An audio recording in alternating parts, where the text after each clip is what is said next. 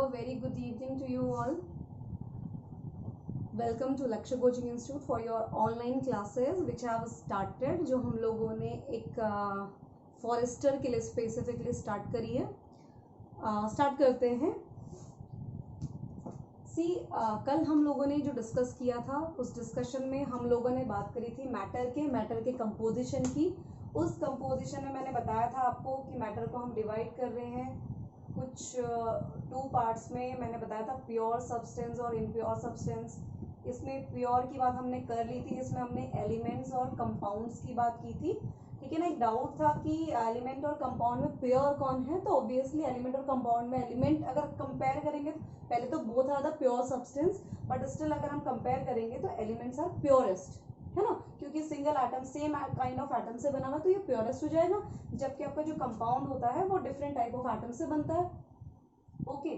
फिर हम इम्प्योर में आए थे. इम्प्योर में हमने बात करी थी कि दो तरीके के इम्प्योर को हम डायरेक्टली मैंने बताया था सोल्यूशन बोल सकते हैं. ओके. अब इस सोल्यूशन में हमने देखा था एक होता है आपका होमोजीनियस समांगी और एक हमने पढ़ा था हेट्रोजीनियस. ओके. विसमांगी.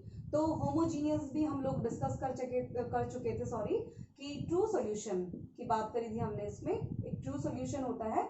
आज हमने डिस्कस करना है हेट्रो. ठीक है ना. हेट्रोजीनियस में जैसे मैंने आपको बताया कि हम कोलॉइड और सस्पेंशन की बात करेंगे. मैंने आपको ग्रुप में व्हाट्सएप ग्रुप जो हमारा है ऑफलाइन क्लासेस वाला, उसमें मैंने आपको ये मार्क करके भी भेजा था जो हम सिलेबस कवर अप कर रहे हैं एज पर फॉरेस्टर, है ना, फॉरेस्टर के अकॉर्डिंग. तो आप वो देख लीजिएगा. उसके अकॉर्डिंग हमारा पहला टॉपिक, फर्स्ट टॉपिक कंप्लीट हो चुका है. सेकंड टॉपिक आज हमारा कंप्लीट हो जाएगा. ओके. तो देखिए, अच्छा, कोलाइड और सस्पेंशन के बारे में डिस्कस करने से पहले जो सॉल्यूशन है उसी से रिलेटेड कुछ इंपॉर्टेंट टर्म्स हैं जो मैं आपके साथ डिस्कस करना चाहती हूँ, और क्लास 9 के हिसाब से इनमें से एक आधा न्यूमेरिकल्स भी ले लेता है. राइट. तो आज पहले मैं इनके बारे में डिस्कस करते हैं हम लोग. ठीक है. तो देखो, जैसे पहला टर्म मैंने लिखा है यहाँ पे सॉल्युबिलिटी. सॉल्यूशन था विलयन, है ना. तो सॉल्युबिलिटी, विलेयता. देखो, विलेयता क्या होती है अगर मैं बेसिकली आपके साथ डिस्क्राइब करूं तो मैंने बताया कि एक कंपाउंड दूसरे कंपाउंड में, एलिमेंट दूसरे कंपाउंड में घुलता है. ठीक है. तो सिंपल लैंग्वेज में किसी एक कंपाउंड के, किसी एक यौगिक के दूसरे यौगिक में घुलने की जो क्षमता कहलाती है वो सॉल्युबिलिटी या विलेयता कहलाती है. ठीक है ना. सेकेंड हम डिस्कस करते हैं कंसंट्रेशन ऑफ सॉल्यूशन. ठीक है. विलयन की सांद्रता. इसे मैं सिंपली अगर आपके साथ एक फॉर्मूले के साथ में अगर आपके साथ डिस्क्राइब करूंगी तो इजीली आ जाएगा. इसके लिए आता है quantity of solute upon quantity of solution. ठीक है ना. विलेय की मात्रा बटे विलयन की मात्रा. यानी कि अगर हम सिंपल डिफाइन करेंगे तो कंसंट्रेशन ऑफ सॉल्यूशन क्या होता है, किसी भी विलेय की मात्रा का अनुपात किसी भी विलयन की मात्रा के साथ में, है ना. कंसंट्रेशन हो गया ये. आपने एक टर्म सुना होगा कंसंट्रेटेड सॉल्यूशन, कंसंट्रेटेड सॉल्यूशन, और एक सुना होगा डाइल्यूट सॉल्यूशन. जब लैब में आपने कभी प्रैक्टिकल वगैरह किए होंगे तो वहां पे हम देखते थे जैसे आपका एसिड वगैरह रखा रहता था तो रहता था एक बॉटल में रहता था कि ये कंसंट्रेटेड है और एक ये डाइल्यूट है. तो कंसंट्रेटेड क्या हुआ, कंसंट्रेटेड मतलब जहां पे सॉल्यूट की मात्रा ज्यादा है. ओके. जहां पे सॉल्यूट की मात्रा ज्यादा है वो आपका कंसंट्रेटेड कहलाता है. जहां पे सॉल्यूट की मात्रा सॉल्वेंट के कंपैरिजन में बोल रही हूँ, और अगर ये सॉल्वेंट के कंपैरिजन में यहाँ पे कम है तो ये डाइल्यूट कहलाता है ना. हम H2SO4 देखते थे या HCl देखते थे तो बोलते थे ये डाइल्यूट है, ये कॉन्सेंट्रेटेड है.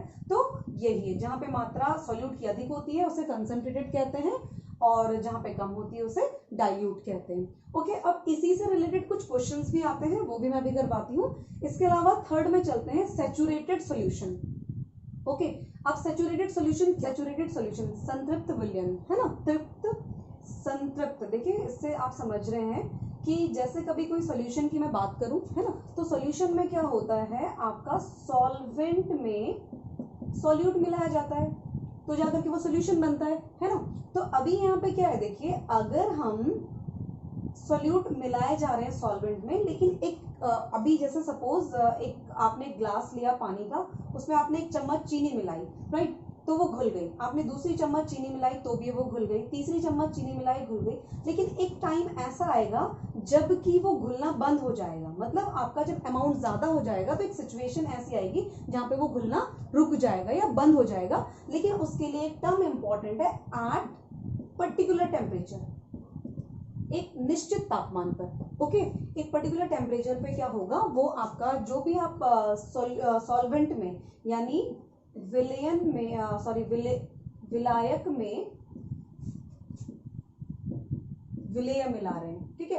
तो ये पर्टिकुलर जो सॉल्यूट है जब आप सॉल्वेंट में मिलाते हैं तो एक सिचुएशन ऐसी आती है, एक स्टेज ऐसी आती है जहां पे फर्दर डिसॉल्व होना बंद हो जाती है। तो कहते हैं कि एक सैचुरेशन पॉइंट आ गया है, एक संतृप्त अवस्था आ गई है जहां फर्दर ये क्या होगा, आपका डिसॉल्व नहीं होगा। और अनसैचुरेटेड सॉल्यूशन वो हो गया कि जब आपका उस सिचुएशन के बाद, उस अवस्था सैचुरेशन के बाद की सिचुएशन है अनसैचुरेटेड सॉल्यूशन, जहां पे वो जो विलेय है उस विलयन में नहीं घुलेगा, यानी जो सॉल्यूट है वो सॉल्वेंट में आप डालो तो नहीं घुलेगा, है ना। एक और टर्म मैंने लिखी है super saturated solution. What is it? अब देखो यहां तो मैंने बात करी एक पर्टिकुलर टेम्परेचर में, लेकिन अगर सुपर सैचुरेटेड की कंडीशन कब आएगी, अगर सपोज मैंने वो टेम्परेचर बढ़ा दिया। फॉर एग्जाम्पल उसी पानी को, जो पानी है अभी तो मैं एक रूम टेम्परेचर पे घोल रही हूँ, लेकिन अगर सपोज मैंने उसे गैस में रखा या टेम्परेचर बढ़ाया तो ऑब्वियसली वो क्या करेगा, डिसॉल्व होगा, पिघलेगा। तो वो वाली सिचुएशन जब हम टेम्परेचर बढ़ा देते हैं तो वो सुपर सैचुरेटेड सॉल्यूशन की कंडीशन होती है, राइट। अच्छा, ये तो हो गया आपका क्या, सैचुरेटेड, अनसैचुरेटेड और सुपर सैचुरेटेड। डन। इसके बाद जो मैं बात करूंगी, हाँ बस थोड़ा सा 1-2 एग्जांपल्स या 1-2 क्वेश्चंस इसमें देख लेते हैं। होपफुली ये तीनों क्लियर होंगे, सैचुरेटेड सॉल्यूशन, संतृप्त, असंतृप्त और परम संतृप्त, ठीक है। अगली मैंने बताया था, मैं बात करती हूँ कंसंट्रेशन ऑफ सॉल्यूशन की, है ना। कंसंट्रेशन ऑफ सॉल्यूशन में देखो बेसिकली क्या होता है, परसेंटेज निकालने के लिए आता है, ठीक है। तो परसेंटेज में आपका जैसे परसेंटेज ऑफ कंसंट्रेटेड सॉल्यूशन, तो उसके लिए क्या होगा आपका, वापस वही quantity of solute upon quantity of solvent, और अगर हमें परसेंटेज सॉल्यूशन, और अगर हमें परसेंटेज निकालना है तो हम इनटू 100% कर देते हैं, ठीक है। तो मैं एक न्यूमेरिकल लिख रही हूँ, उस न्यूमेरिकल को सॉल्व करते हैं। देखिए मैंने एक क्वेश्चन लिखा है, ठीक है। A solution contain 40 gram common salt in 320 gram of water. कोई भी एक विलयन है जिसमें 40 ग्राम कॉमन सॉल्ट नमक है, ठीक है ना, और 350 ग्राम वाटर पानी है, ठीक।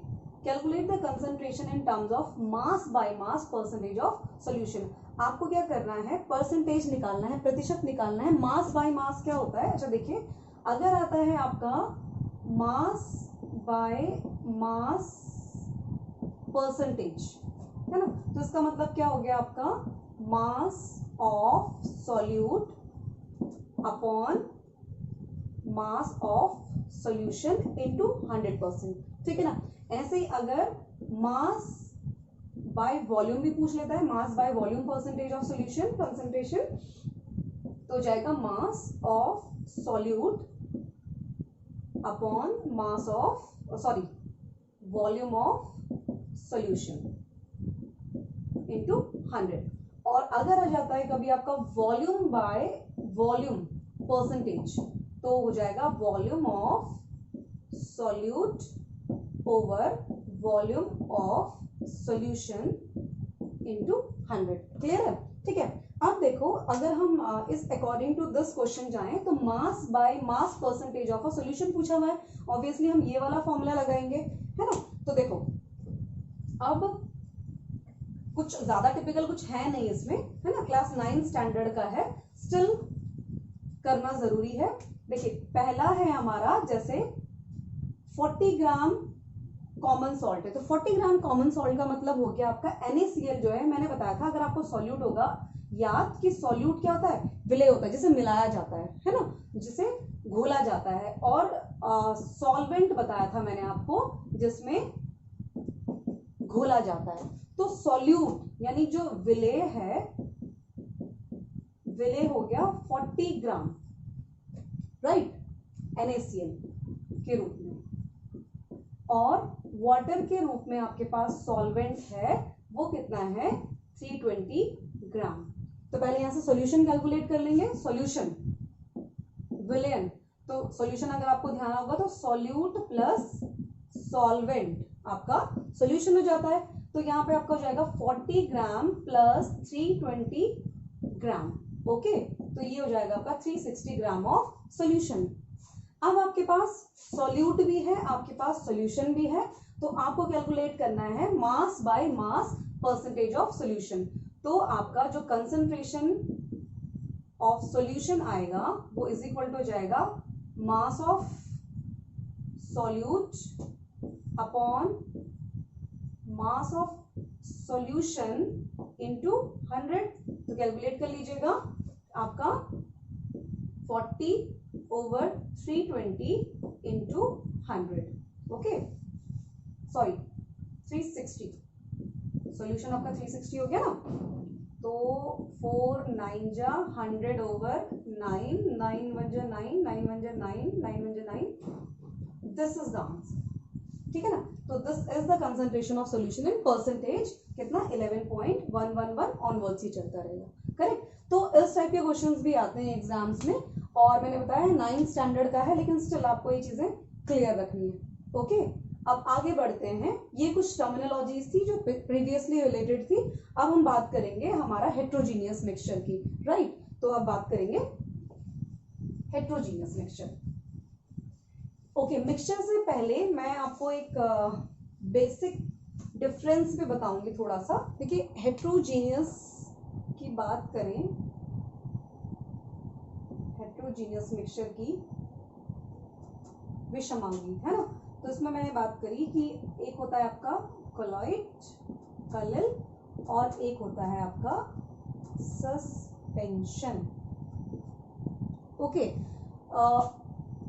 पहले थोड़ा सा डिफरेंस, एज अ डिफरेंस में तीनों चीजों के साथ में सॉल्यूशन भी हम लोगों ने पढ़ ही लिया है।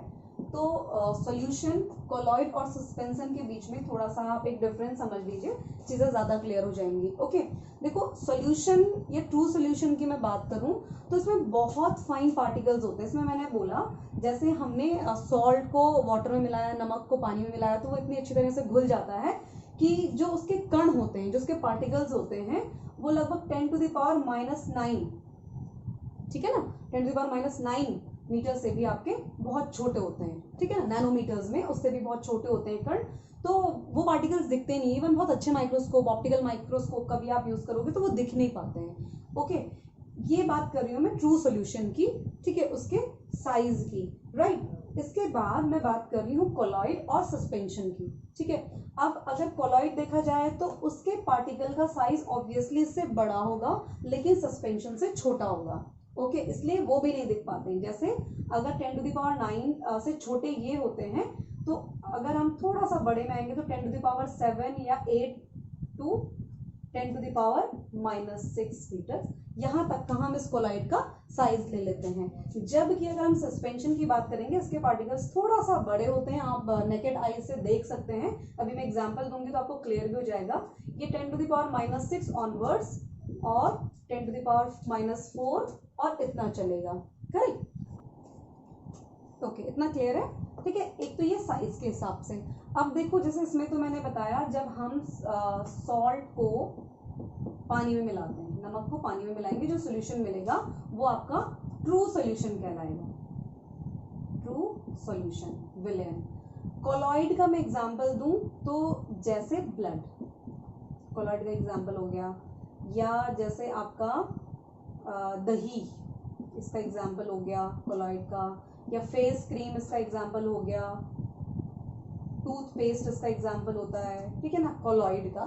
और इसमें अगर सस्पेंशन की पार्टिकल्स की मैं बड़े की बात करूं तो सस्पेंशन में जैसे पार्टिकल्स हो जाएंगे आपके लाइक सैंड, रेत, है ना। पानी में अगर आप रेत डालते हैं तो ऑब्वियसली आपका जो ये वाटर है वो ऐसे रहेगा और नीचे रेत के कण आपको क्लियरली विजिबल होंगे। ऐसे ही आपका चौक, ये भी बात करी थी मैंने, तो वो सस्पेंडेड पार्टिकल्स होते हैं, सस्पेंड, निलंबन इसे हिंदी में कहते हैं, निलंबन, और इसे कहते हैं कलिल। अब देखो क्या होता है कि थोड़ी देर तक तो ये घुले हुए रहते हैं, घुले हुए प्रतीत होते हैं, लगते हैं, लेकिन घुलते हैं नहीं।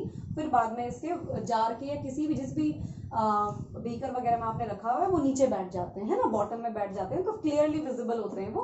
तो ये हो गया आपका सस्पेंशन, सस्पेंडेड है ना, सस्पेंडेड पार्टिकल्स जो यहाँ पे बैठ जाते हैं। अब देखो इससे रिलेटेड ना दो चीजें बहुत इंपॉर्टेंट हैं, अगर हम क्लास 9 में ही पढ़ते हैं, आपने सुना होगा टिंडल इफेक्ट, टिंडल प्रभाव, और एक सुनते हैं हम ब्राउनियन मोशन। पहले मैंने डिस्कस कर लेती हूं, है ना, यहीं पे तो आपको क्लियर हो जाएगा। देखिए क्या होता है Tyndall effect. Tyndall effect basically कहाँ पे आपको मिलता है, इन तीनों में से कहाँ पे आपको टिंडल इफेक्ट मिलेगा वो मैं थोड़ा सा आपको समझा देती हूँ। देखो टिंडल इफेक्ट क्या होता है, बेसिकली लाइट का स्कैटर होना, प्रकीर्णन, है ना, लाइट का बिखरना। तो इसके लिए एग्जाम्पल हम लेते हैं, जैसे सपोज आपका 3 बॉटल्स हैं, एक बॉटल में आपका सॉल्यूशन रखा हुआ है, एक बॉटल में आपका कोलॉइड रखा हुआ है, और एक में आपका, एक जार में आपका सस्पेंशन रखा हुआ है। ठीक है, तो क्या होता है जब हम यहाँ से लाइट बीम पास करते हैं, ठीक है, तो जो ट्रू सोल्यूशन होता है, ठीक है, ये यहां से पास होते हुए नजर नहीं आती है। ओके, जबकि अगर मैं कोलॉइड की बात करूं तो कोलॉइड से ये लाइट पास होती हुई प्रतीत नजर आती है। और अगेन अगर मैं सस्पेंशन में बात करूं तो सस्पेंशन में भी ये लाइट नहीं मिलती है। व्हाई? देखिए पहले सॉल्यूशन की बात करते हैं। सॉल्यूशन में क्या होता है कि जो आपके पार्टिकल्स होते हैं वो बहुत छोटे छोटे होते हैं, ठीक है ना। अब उन पार्टिकल्स, नो डाउट, जब यहाँ लाइट पड़ती है तो उस लाइट की वजह से वो पार्टिकल लाइट तो रिफ्लेक्ट करते हैं, लेकिन वो बहुत छोटे होते हैं और बहुत कम अमाउंट में वो लाइट को स्कैटर करते हैं, जो कि नेग्लिजिबल होता है, इसलिए हमें यहाँ पे लाइट नहीं दिखाई देती है। कंपैरेटिव टू कोलॉइड, कोलॉइड के पार्टिकल्स ट्रू सॉल्यूशन के पार्टिकल्स के कंपैरिजन में थोड़ा बड़े होते हैं, है ना। तो वो क्या होता है, जैसे ये पार्टिकल्स हैं तो इनसे जैसे ही लाइट टकराती है, लाइट इनसे टकराती है, तो होता क्या है, देखो अगर मैं लाइट के पार्टिकल, सपोज ये पार्टिकल्स हैं, एटम्स हैं सपोज, या मॉलिक्यूल्स हैं, तो जैसे ही इनसे लाइट टकराएगी तो ऐसा नहीं कि लाइट इसी पाथ में रिफ्लेक्ट होकर आ जाएगी, है ना। क्या होगा, थोड़ा इधर स्कैटर होगी, थोड़ा इधर स्कैटर होगी, थोड़ा इधर स्कैटर होगी, और एक स्ट्रेट जारी होगी। स्ट्रेट जाने वाली अगले से टकराएगी, फिर ये भी अलग अलग अलग अलग डायरेक्शन में स्कैटर हो रहे होंगे। ऐसे ही क्या होगा, फिर वो लाइट, एक लाइट बीम सीधे आगे जा रही होगी, तो इस तरीके से क्या हो जाएगा, यहाँ पे स्कैटरिंग ऑफ लाइट हो जाएगी, जिसकी वजह से लाइट आपको विजिबल होगी। क्लियर है इतना, है ना, जिसकी वजह से लाइट आपको विजिबल होगी। यानी कि छोटे पार्टिकल्स जो स्कैटर करेंगे लाइट वो कम अमाउंट में करेंगे, और जो बड़े पार्टिकल्स स्कैटर करेंगे वो बड़े अमाउंट में करेंगे। इसीलिए कोलाइडल सॉल्यूशन में या कोलाइड्स में आपको क्या मिलेगा, टिंडल प्रभाव मिलेगा। टिंडल प्रभाव, Tyndall effect is only what, scattering of light in colloidal solution. उसे आप टिंडल इफेक्ट कह देंगे कि जो आपका कलिल है उसमें जो लाइट स्कैटर हो जाती है ना, प्रकीर्णन हो जाता है लाइट का, उसी को आप टिंडल इफेक्ट कहते हैं। अच्छा यहाँ की बात करेंगे, देखो सस्पेंशन में क्यों नहीं, सस्पेंशन में क्या होता है कि जब आप घोल रहे हो किसी चीज को, या सैंड पार्टिकल है तो वो नीचे बैठ जाएंगे, ऊपर वापस वाटर है, वाटर अपने आप में क्या है, एक प्योर सॉल्यूशन है, तो इसके पार्टिकल्स भी बहुत क्लोजली पैक्ड होते हैं, ठीक है ना, तो वो बहुत ज्यादा लाइट स्कैटर नहीं कर पाते हैं, तो इसीलिए हमें टिंडल इफेक्ट यहाँ भी देखने को नहीं मिलता है। तो बेसिकली जो टिंडल इफेक्ट है वो आपका एक कैरेक्टरिस्टिक हो गया, किसका, कोलॉइड का।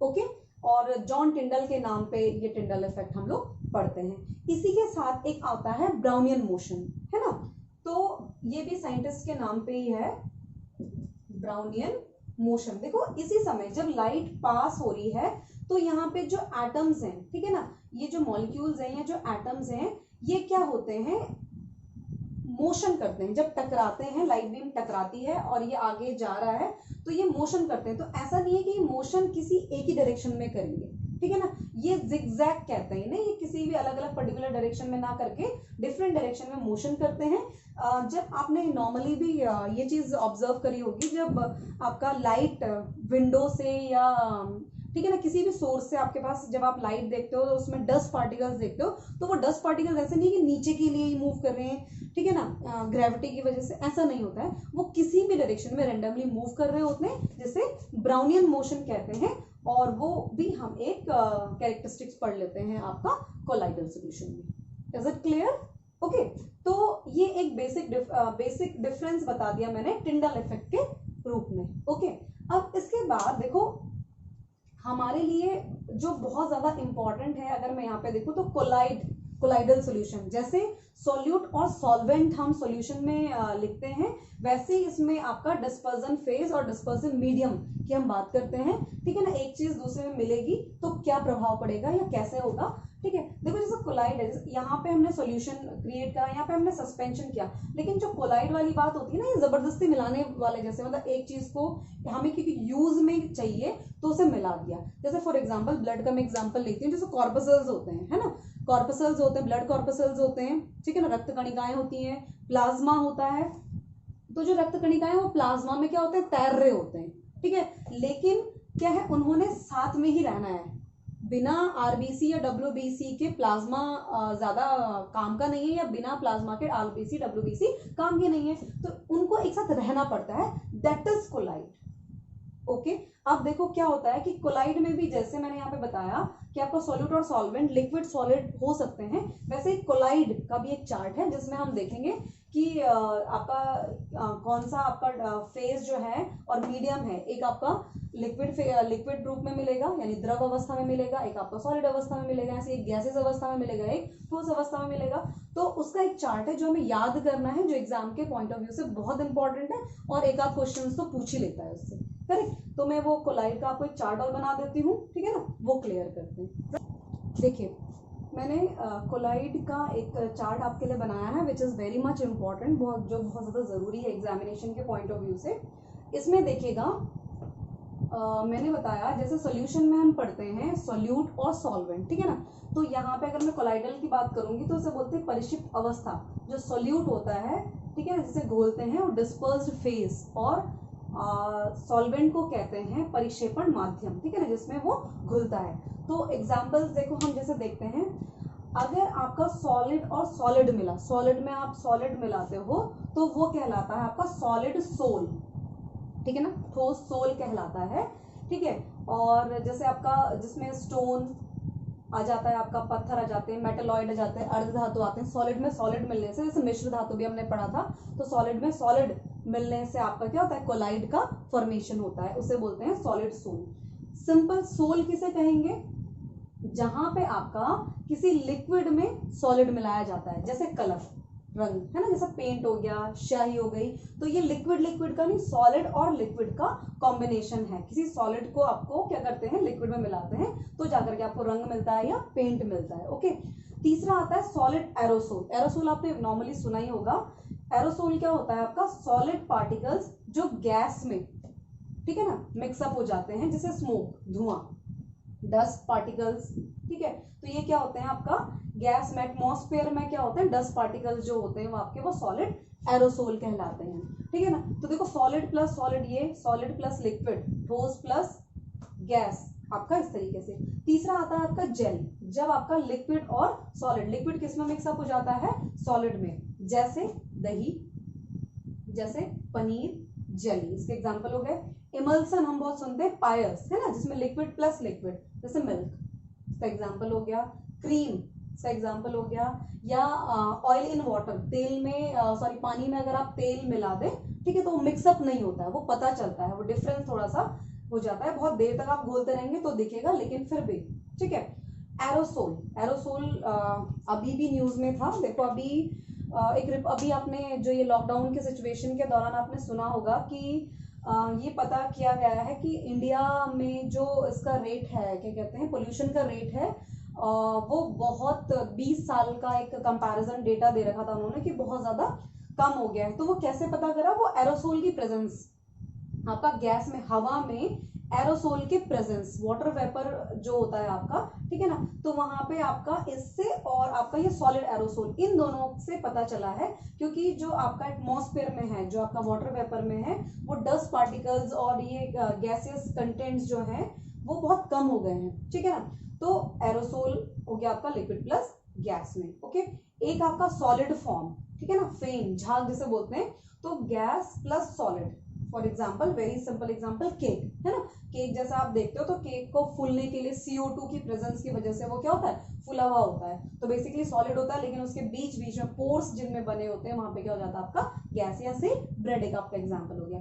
और लास्ट है फॉर्म, लिक्विड में क्या गैस का मिला होना, जैसे कि शेविंग क्रीम, आप शेविंग क्रीम आपने देखा ही होगा, ठीक है ना। उस एक लिक्विड फॉर्म से क्या होता है, बीच में उसके गैस के मॉलिक्यूल्स होते हैं जिसकी वजह से फुला फुला दिखता है, या फॉर्म ऑफ सोप, ठीक है ना, जो आपका साबुन है उसका झाग इसका एग्जाम्पल हो गया। तो देखिए ये सिंपल एग्जाम्पल हो गया आपके कोलाइड के, तो नाम पूछ लेता है, ठीक है ना, किसके कॉम्बिनेशन से क्या बनता है, या फिर आपका जैसे आपका मेटलॉइड है तो वो कौन सा प्रकार का कोलाइड है, या फिर आपका दही है तो वो किस प्रकार का कोलॉइड है।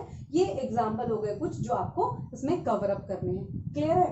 तो these are the examples of 8 type of, आपको ध्यान रखने हैं 8 प्रकार के आपके ये कोलाइडल सॉल्यूशन आपको मिलते हैं। इज इट क्लियर, ठीक है, ओके।